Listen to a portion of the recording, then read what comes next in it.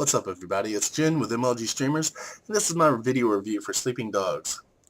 I've played through the game twice now, and let me just say, first things first, the replayability in this is crap. It's great fun the first time through, but starting over you lose all the awesome moves and abilities you gain throughout playing it first time around. And these are abilities you gain by progressing at a normal rate through the game, so it's not like you can just get to a certain point and have every move again, and you'll be done with the game by then. Unlocking new moves and abilities is done by advancing your triad score, your cop score, your face level, or returning jade statues to the local kung fu trainer. Those first three basically work like experience meters. Triad and cop scores fill when you complete main plot quests, and the face meter rises when you do side missions indicated by a little yellow word bubble called favors. So it's basically much similar to its predecessor, True Crime, Streets of LA. However, I haven't played that game in nearly a decade, so I can't really do a detailed comparison. Finding jade statuettes shouldn't be too difficult because they're typically located very close to story missions. So you can do your mission, then grab the statuette and leave. But getting your cop and triad abilities are a little more tricky. Your cop meter starts full, then you lose points by harming or killing pedestrians or damaging property. Your triad meter, on the other hand, starts empty, and you fill it by defeating enemies during the mission, and you can use environment attacks for bigger bonuses. The story of Sleeping Dogs is nothing special. It's your run-of-the-mill undercover cop thriller with kung fu and action movie influences.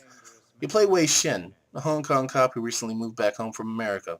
The game starts you off running from a drug deal gone wrong to serve as an early action sequence, helps you get psyched to play, as well as a tutorial for running and jumping mechanics. They tell you to press the jump button before a ledge or a rail to jump clean over it, but they never tell you at any point in the game that if you tap jump again just before falling, you'll roll as you land. I did not learn this until I was almost completely done with my first playthrough. It really helps to know that. It keeps your momentum up. Once you finish the intro mission, it goes to a prolonged cutscene where you meet up with a childhood friend, Jackie Ma, whom acts as your introduction to the Sun On Yee crime organization. Get used to this kid because you'll see a lot more of him throughout the game, and you have to save him again and again and again.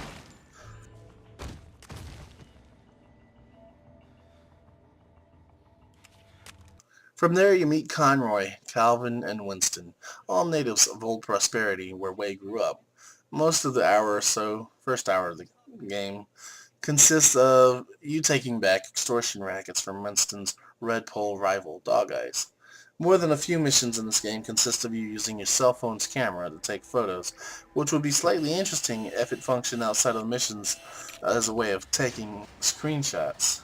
Even if it did, though, that would be extremely inefficient when you could simply use F12 to capture through Steam or print screen. But as it stands, there's absolutely no point in forcing you to use this lame mechanic.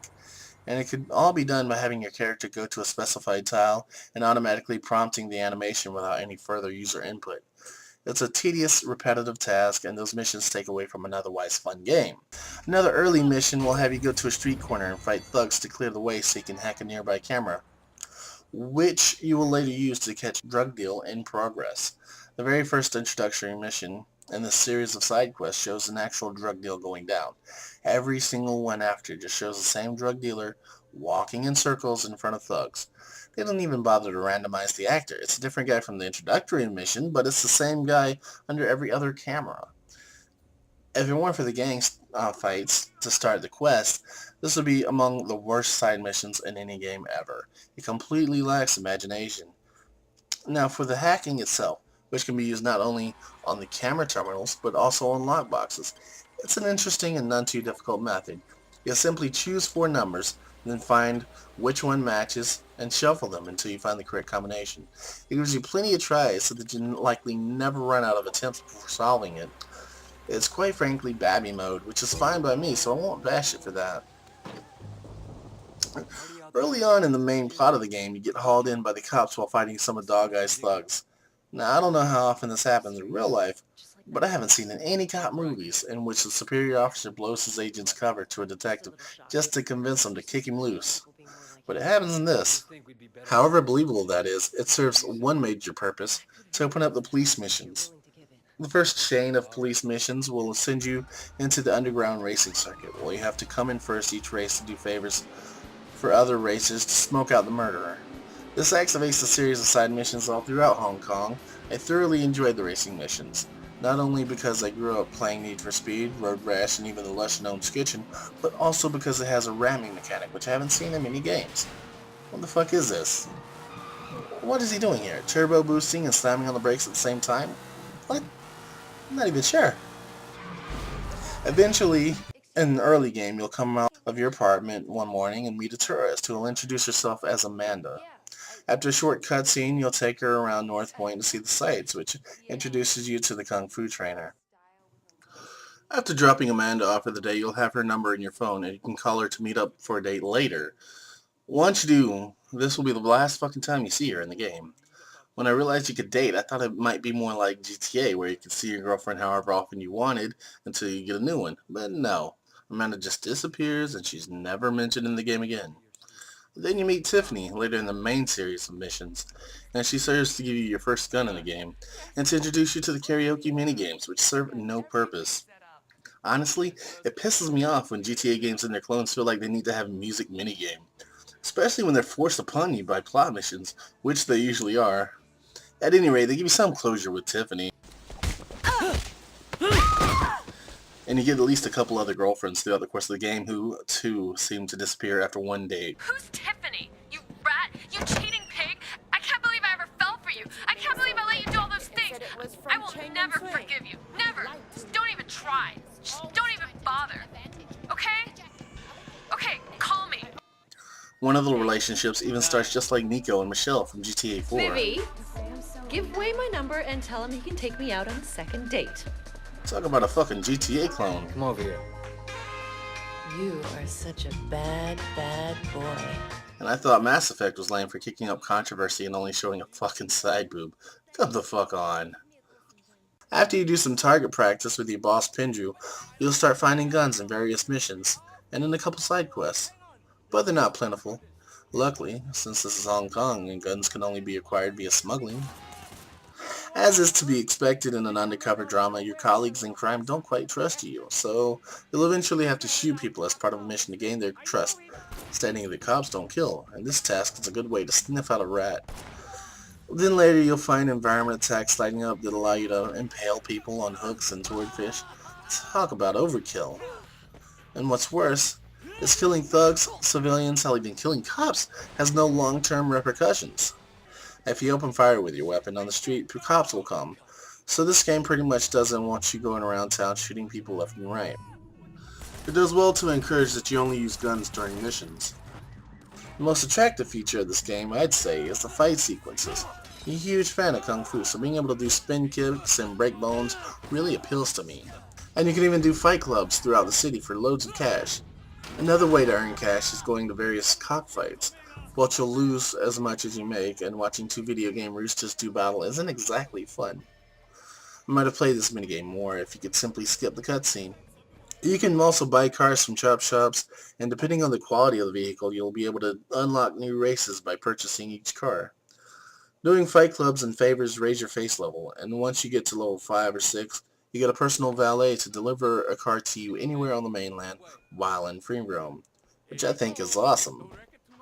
Too bad valet is disabled during missions, often leaving you stranded when a mission requires you to have a car with no parking lot nearby. So if you're too impatient to run to the nearest garage, you're forced to hijack, which deducts from your cop score.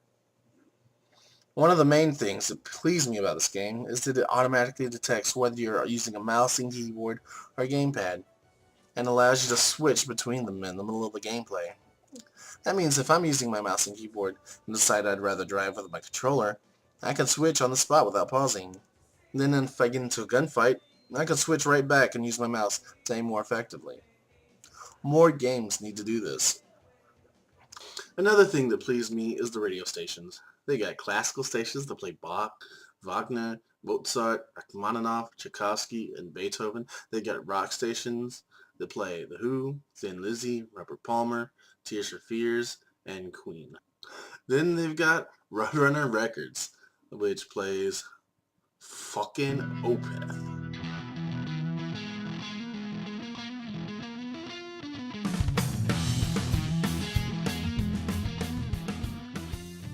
They also have quite a few unlockable costumes and stores throughout the city with some nice clothes. And some ugly ones. so you can play dress up if that's your thing. And many of the outfits grant you XP bonuses or discounts if you mix and match. Unfortunately, though you can customize your vehicles as well, it always seems to revert to the car's original color when you pull it from the garage. Oh, I wish I could live your life just for one day. As you progress from one chapter of the game to the next, Wei Shen will have nightmares that get increasingly worse about what's been happening to him, and he'll wake up with the shakes. He even snaps on his superior officers more than once. It's a direct order. Yeah? Direct order? Well, that's an order you can shove directly up your ass, Raymond. This led me to believe that you'd have some big shitstorm waiting for you at the end of the game where you'd have to choose whether to stay loyal to the Triad or the police. Nope, not even close. It completely fucking disappointed me on that front. Not yet. Overall, I think the game is enjoyable, but as someone who has the game on a budget, I'd advise against buying this at full price. Basically, you can find it on Steam discount, or just rent it from your local video store. The graphics are good, but I've seen better. The story isn't highly original, the minigames are fucked. Replayability is minimal at best. I was barely motivated to go back and get clips for this review, and it's still quite buggy. Like this. The fuck is this? But one thing I could say is the fighting and shooting is fucking fantastic. Frankly, shooting looked cartoonish in San Andreas. Fights were repetitive as fuck in True Crime, and the physics were so retarded in GTA 4 that the combat was almost unbearable. So in terms of combat, I think Sleeping Dogs really excels. Overall gameplay is pretty good. I always love a good parkour game. So, as for an overall score, I'll give it a 6 out of 10. Mostly because it's only a minor deviation from the norm as per games in its genre. I definitely enjoyed the game, but most of its shortcomings were in potential missed. Like and comment if you enjoyed this review, if it's been helpful to you. And let us know what upcoming game you'd like to see us review next.